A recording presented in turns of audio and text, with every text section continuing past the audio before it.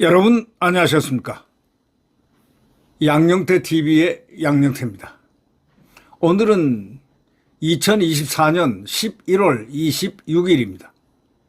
화요일이 되겠습니다. 김동연의 에피소드가 많죠.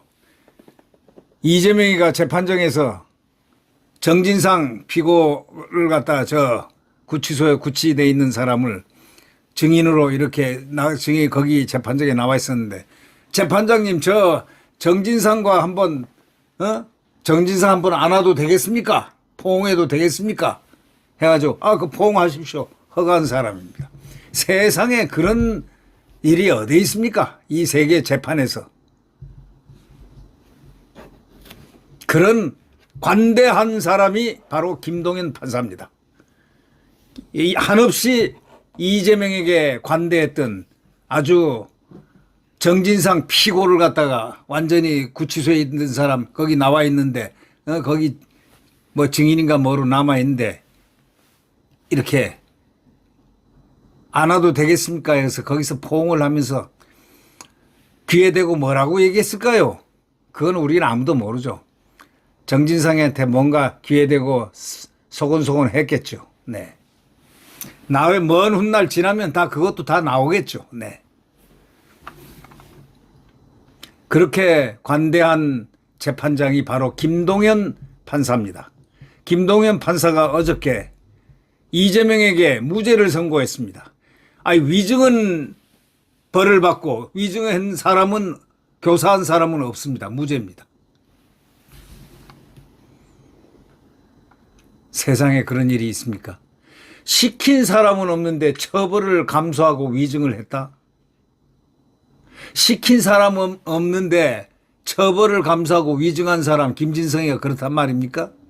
이게 판결이 이례적이다 이런 얘기죠. 네. 이재명 위증교사 사건 1심 재판부는 어저께 위증을 한 김진성 씨에게는 유죄, 벌금 500만 원 딱 때리면서 선고하면서도 이재명 대표의 위증 교사 혐의는 무죄로 판단했습니다. 이거를 두고 법조계에서는요, 납득하기 어려운 판결이다 이런 말이 나왔습니다. 벌써 법조계에서 납득하기 어려운 판결이라는 것은 기본적인 상식을 벗어났다 이런 얘기 아니겠습니까? 거짓말을 요구한 사람은 무죄인데 처벌을 감수하고 그 부탁을 들어준 사람은 유죄라는 재판부 김동연의 판단이 납득이 안 간다는 반응입니다. 이게. 자, 이제 조선일보에 난 일지를 보면 말이죠. 양은경 기자가 이게 취재한 건데, 양은경 기자는 이 법조 기자인데 아주 냉철하고 판단이 정확한 사람이 판단입니다. 법조인 중에서도요, 양은경 조선일보 법조 기자는요, 아주 냉철합니다. 그리고 아주 반듯한, 항상 정답을 내놓는 분인데, 이분이 이재명 대표 위증 교사 사건은 뭐냐 이거예요. 그래가지고 쭉 일지를 적어놨어요. 2004년 12월, 지금부터 20년 전에, 그러니까 그 시점을 봐서 2002년 KBS PD하고 분당 백궁 파크뉴 의혹 취재차 김병량 당시 성남시장에게 전화해가지고 검사를 사칭한 혐의로 기소가 됐는데 벌금 150만 원이 확정됐습니다. KBS PD와 함께 이재명이가 위증교사 사건이 바로 이게 지금 시작이 되는 겁니다. 이게. 그러니까 검사를 갖다가 사칭해가지고 분당 백궁 파크뷰 의혹 취재차 김병량 당시 성남시장에 전화해서 검사 사칭한 혐의로 기소됐습니다. 검사가 아닌 사람이 검사라고 다닌 사람이 바로 이재명 아닙니까?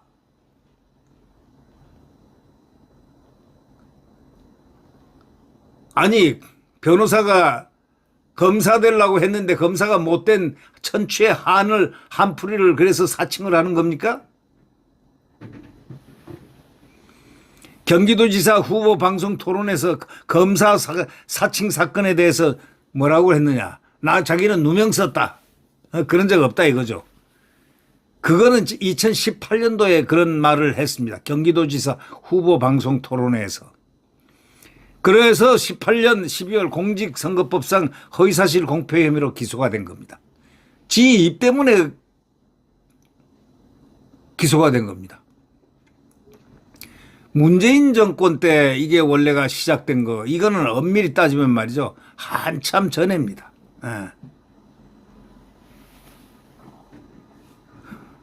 공직선거법상 허위사실 공표 혐의로 기소됐습니다. 이건 문재인 때입니다. 이게. 김병년 정 시장의 수행비서 출신 김진성에게 전화를 해가지고 증언을 요구한 사람이 누구냐? 바로 이재명 아닙니까? 김 씨가 2019년 2월 법정 출석해서 증언을 했습니다. 김진성 씨가요. 2020년 대법원 검사 사칭 관련 발언 무죄 확정을 했습니다. 2023년 김 씨에게 거짓 증언을 요구한 혐의로 기소했습니다. 김 씨가 양심 선언을 했거든요. 네. 2023년 그렇게 기소가 되고 2024년 위증교사 1심 무죄가 됐습니다. 자, 이게 사건의 개요가 그런데 이 사건은 이재명 대표가 변호사이던 시절 2002년 검사 사칭 사건에서 비롯된 겁니다. 이 대표는 분당 파큐브 분양 특혜 의혹을 취해 중이던 KBS 최초로 PD가 김병량 당시 성남시장의 검사를 사칭해서 전화할 때 옆에서 검사 이름과 질문 내용을 알려준 혐의로 벌금 150만 원을 확 두들겨 맞았습니다. 그게 누구냐? 이재명은 벌써 벌금을 물은 전과자입니다. 네. 그것도 검사 사칭. 야, 치사하게 말이야. 공무원 검사를 사칭하다니. 예?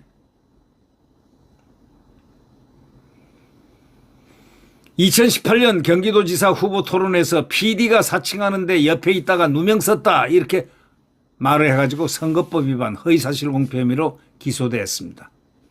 이 재판에서 핵심 증인이던 김진성 씨에게 위증을 요청했다는 게 이번 사건의 취지입니다. 재판부가 이재명을 무죄로 판단한 이유는 크게 세 가지입니다.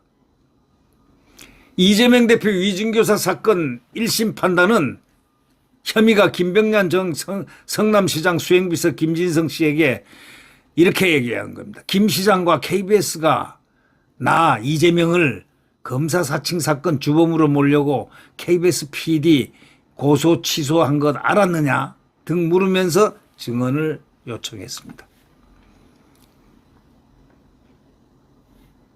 김진성 씨의 증언들 거짓 증언인가? 이 대표 요청했으나 위증교사 고의성이 있었나? 이 김병량 전 시장으로부터 KBS하고 고소 취하를 하고 협의 중이라고 들은 적은 있다.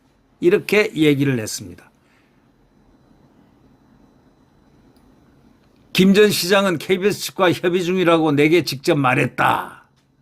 KBS와 협의 시점은 이 대표 구속 전, KBS와 협의 내용은 고소 취하 여부에 대한 것.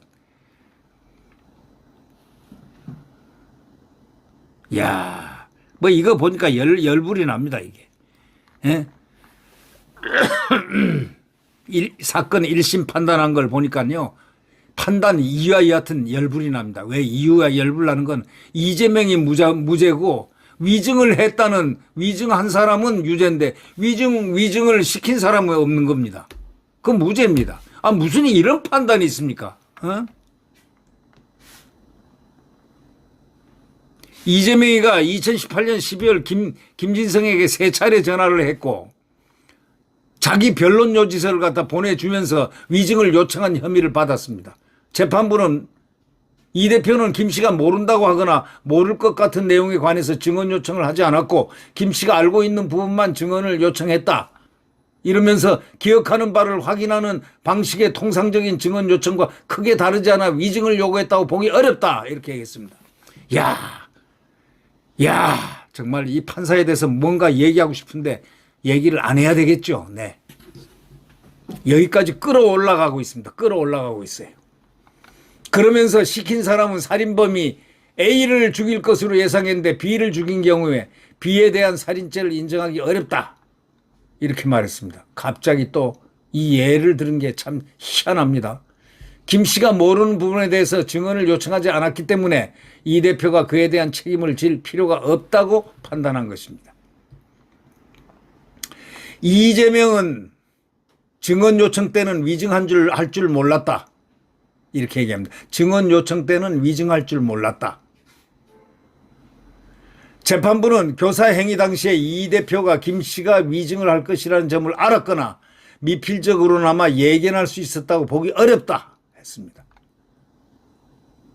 재판부가 이 김동연입니다. 김동연이. 네. 김동연 부장판사입니다. 김동연. 대한민국 국민들은 김동연을 부른다. 왜 부르겠느냐? 목소리 들어보면 몰라? 이 대표와 김 씨가 2018년 통화할 당시에는 김 씨가 이 대표 부탁대로 증언을 할 것인지 또 구체적으로 어떤 증언을 할 것인지 등이 정해지지 않은 상태였기 때문에 고의성이 없었다는 것입니다. 이 김동연은 또 통화 이후에 김 씨가 위증에 이르는 과정에서 이 대표가 개입했다고 인정할 만한 직접적인 증거도 없다 이렇게 얘기했습니다.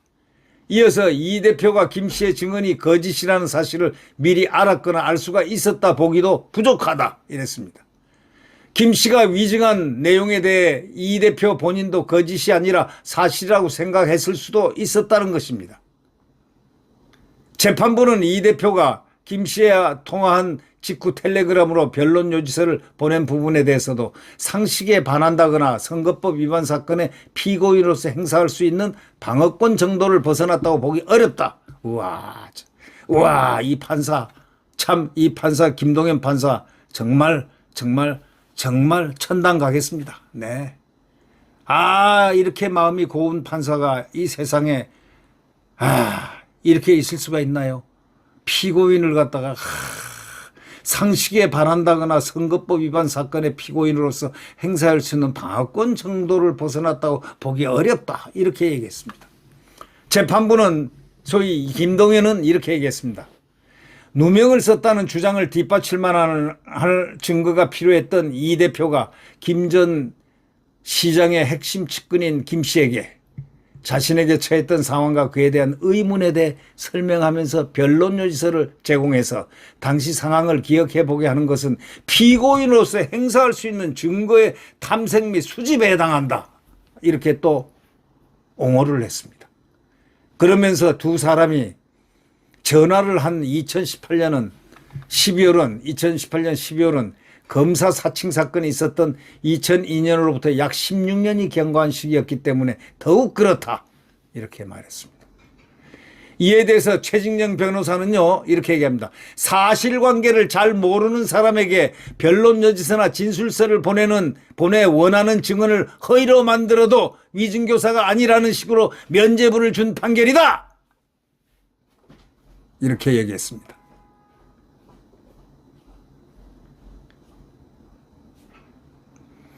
김 씨는요, 김진성 위증한 사람은요, 김 씨는 검찰에서 이재명이가 위증을 요구했습니다. 안 시켰으면 거짓말을 제가 할 이유가 뭐가 있겠습니까? 하고 주장을 거듭했습니다. 그는 법정에서도 유력 정치인 이재명이가 수차례 전화해서 요구한 것에 대한 중압감, 반복적인 압박성 요구로 허위 증언한 게 맞느냐 하는 검찰 질문에도 맞습니다! 하고 대답했습니다. 그럼에도 재판부가 무죄를 선고한 것에 대해서 법원 내부에서도 이렇게 얘기합니다.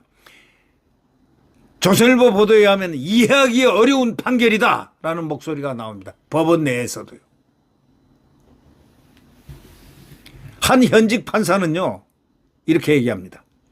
이 대표의 행위가 위증교사가 아니라면 김진성 씨가 왜 처벌을 감수하고 위증을 했는지가 이 판결 전체에서 가장 납득하기 어려운 부분이다. 이렇게 말했습니다. 판결을 쓰는 과정에서 부분적인 데 집착하다 보면 오히려 큰 틀을 못 볼 수 있는데 그런 경우가 아닐까 생각한다. 부분적인 데 집착하다 보니까 큰 틀을 못 봤다는 것. 그런 경우가 아닐까 한다. 이거는 현직 판사가 비판한 겁니다.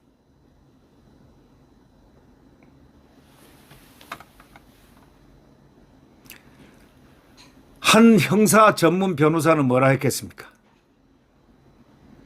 이 대표가 지사로 있는 경기도 관내에서 백현동 건설사업에 종사하던 김 씨의 지위라든가 김 씨가 이 대표와의 통화 내용을 숙지하기 위해서 녹음까지 하고 어떻게든 부탁을 들어주려 한 두 사람의 갑을 관계를 전혀 고려하지 않은 것 같다. 지금 이건 형사 전문 변호사가 얘기하는 겁니다. 그러면 이재명이 향후 재판은 어찌 되겠습니까? 이번 판결은요, 위증범보다 위증교사를 더 무겁게 처벌해온 최근 경향과도 전혀 맞지 않는 그런 지적이 나오고 있습니다. 조선일보가 법률 데이터 기업 엘박스를 통해 가지고 2022년 이후 위증교사 혐의로만 기소된 1심 판결물 65건을 분석한 결과 위증교사 판결 중에 위증범이 혐의를 인정하는데도 교사범이 무죄를 선고받은 것은 단 한 건에 불과했다는 겁니다. 이 대표 사건과 달리 위증 자백 자체를 믿을 수 없어서 범행이 성립하지 않는다는 이유였습니다. 이거는 위증한 사람들 자백 자체가 믿을 수 없어서 범행이 성립하지 않는 경우가 아니란 말입니다. 반면에 위증범과 교사범이 동시에 재판받은 41건 중에는 37건에서 교사범이 더 무거운 처벌을 받았습니다. 무거운 처벌은 고사하고 아니 무죄를 받았으니 뭐라고 변명하겠습니까? 나머지 사건도 형량이 같거나 한 사람이 두 가지 범행을 동시에 저지른 사례였습니다. 곧 시작될 2심 재판부가 1심과 다른 판단을 내릴지 주목됩니다. 영장 전담 판사는 작년 9월 이재명의 구속영장을 기각하면서 위증교사는 혐의가 소명되는 것으로 보인다고 밝혔습니다. 그리고 구속을 안 했습니다. 당대표니까 구속 안 한다 하면서 말도 안 되는 헛소리를 했습니다. 그게 유창훈 판사입니다. 이번 판사는 바로 김동연 판사입니다. 대한민국의 이 명판사를 잘 기억하고 있습니다. 유창훈, 권순일, 김명수, 강규태,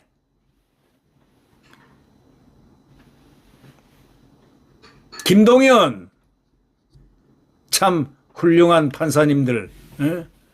네, 판결을 우리는 뭐라고 생각하겠습니까? 지금 현직 판사도 비판하고 형사 전문 변호사도 비판하고 법률가들도 다 비판을 하고 있습니다. 왜 그럴까요? 이래도 되는 겁니까?